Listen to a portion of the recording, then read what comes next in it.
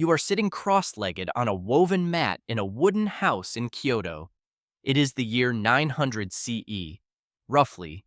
The screens are paper thin, the air smells of cedar and lamp oil, and outside, the city is beginning to wake up.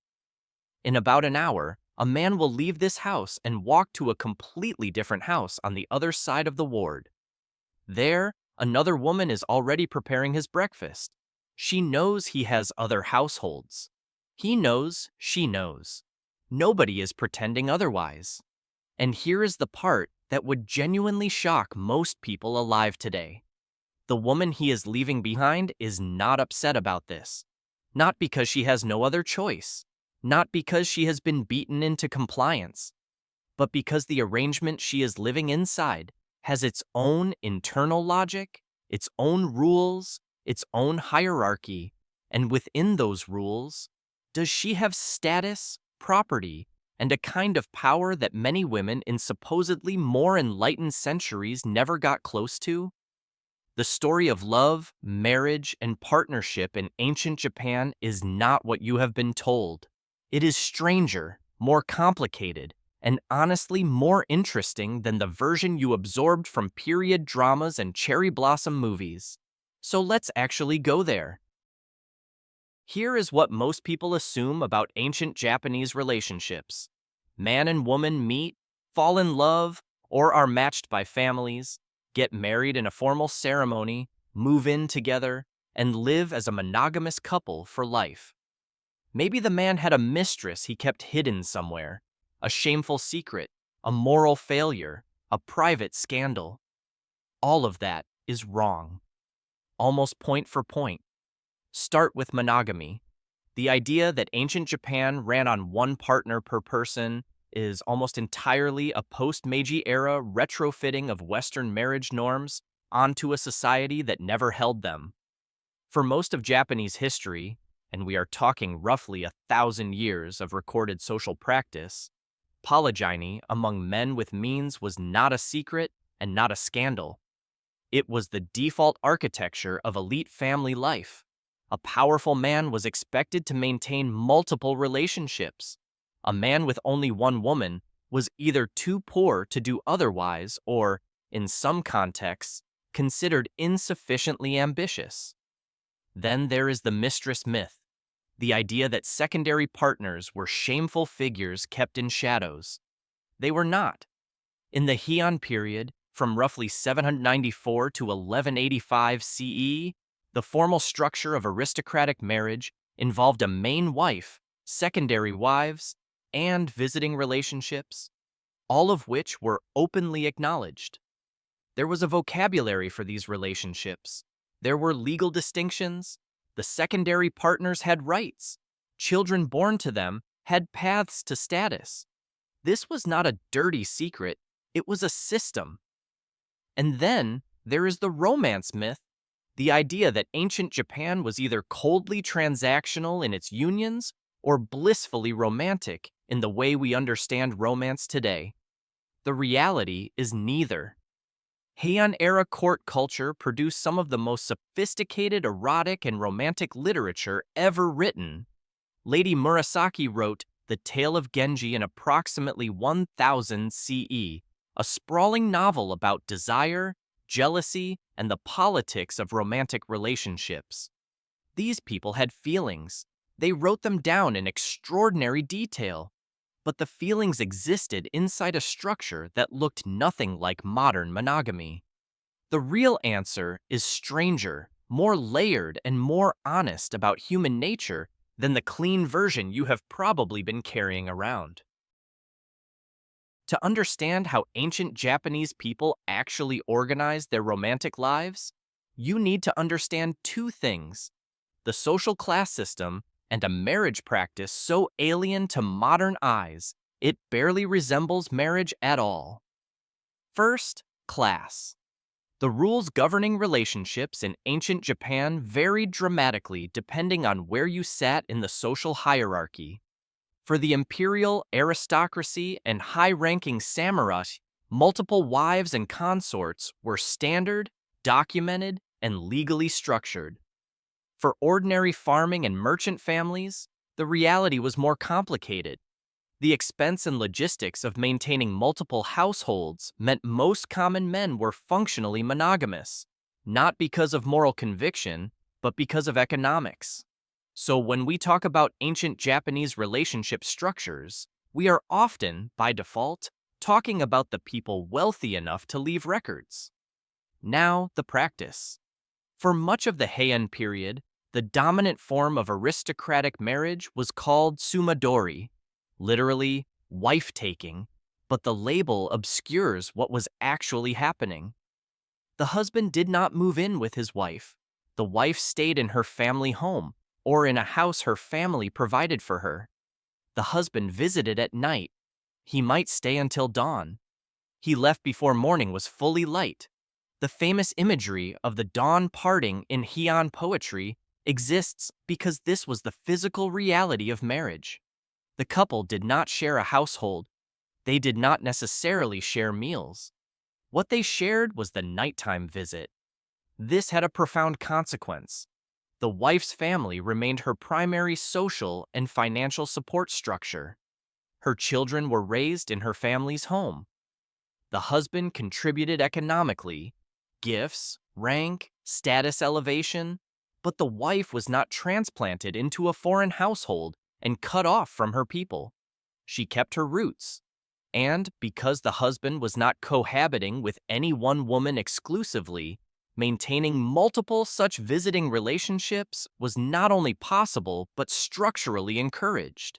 A man's social position was in part measured by the number and quality of the relationships he could sustain. More households visited meant more alliances, more children to carry forward bloodlines, more political connections. It is a system that looks nothing like modern marriage. It also, once you see its internal logic, makes complete sense for the world that built it. Before we go further, if you are finding this as strange as I did, drop a comment below. If you had been born into Heian-era Japan, which arrangement would you find hardest to accept? The Sumadori system produced a society where romantic competition was conducted almost entirely through cultural display. Because a man visited women rather than owning them or controlling their movements, he had to be worth visiting. Heian aristocratic men were expected to be literate, poetic, musically capable, and emotionally articulate. The morning after poem was not a charming custom, it was a social obligation. After a visit, the man was expected to compose a poem and deliver it before the woman woke fully. The quality of that poem would be discussed. A bad poem could end a relationship. A woman who received a particularly good poem might share it with her attendants as evidence of the man's worth. Lady Murasaki's Genji is largely a document of this competition. The protagonist, Hikaru Genji, maintains relationships with dozens of women across the novel. He is not presented as a villain for this. He is presented as a man navigating an entire social architecture with varying degrees of skill and emotional sensitivity. Some of his relationships are portrayed as genuinely tender. Others are transactional. The novel does not pretend that the system was painless for everyone inside it. The women who loved Genji and were displaced by newer relationships are portrayed with real pathos. But it does not frame the structure itself as aberrant. It was the water everyone was swimming in. The wives who held power. The position of Kita no Kata, the principal wife, was one of the most politically significant roles available to a woman in ancient Japan. She was not simply the first among romantic equals. She was the woman whose children had legitimate claim to the husband's title and property. She managed the household. She held the family's social reputation in her hands in ways her husband depended on completely. Principal wives were often themselves from powerful families. The marriage was as much a political alliance as a personal bond, and that meant they had leverage. A man who treated his principal wife badly risked his relationship with her family's network, which in turn could affect his court position, his access to land, his career. The power was not romantic, it was structural, but it was real. samurai households, and the later shift. As Japan moved into the Kamakura period in 1185 CE and warrior culture began to dominate, the relationship structures shifted. Samurai households were built around military loyalty, hereditary succession, and the preservation of a single family line, requirements that pushed toward stricter control over who bore legitimate children. The visiting marriage system gradually gave way to cohabitation. Wives moved into their husband's household. The leverage that had come from remaining in one's birth family began to erode. The term shosei, a kind of live-in secondary wife, below the principal wife but above a concubine in the hierarchy, emerged as a compromise category, acknowledging that powerful men would maintain multiple relationships while trying to formalize the distinctions between them. This was not monogamy, but it was a different architecture than the Heian model, more controlled, more explicitly stratified. The dark arithmetic here is the part that gets left out of the romantic version. The Heian system, for all its poetry and emotional sophistication, ran on a brutal economic logic that destroyed women who fell out of favor or outlived their usefulness. A secondary wife who had borne no children, or whose family had lost political influence, could simply stop receiving visits. The husband would not formally end the relationship. There was no divorce mechanism that required his active participation. He would just stop coming. Gradually, and then permanently. Women in this situation had limited recourse. Returned to their birth family if it still existed, still had resources, and would take them. Enter religious life. In some documented cases, descend into poverty in the house their family had provided and watch it fall into disrepair. The tale of Genji includes several of these figures. Women who were loved once and then abandoned to the architecture of a system that had no mechanism for their graceful exit. The gap between the system's cultural ideals and its human cost was not small. What ancient Japan's relationship structures actually reveal is not that they were more sophisticated than ours or more cruel than ours, but that the gap between what a society says it values romantically and what it actually builds structurally is never as wide as people pretend. Modern Western culture says it values monogamy and emotional equality in relationships.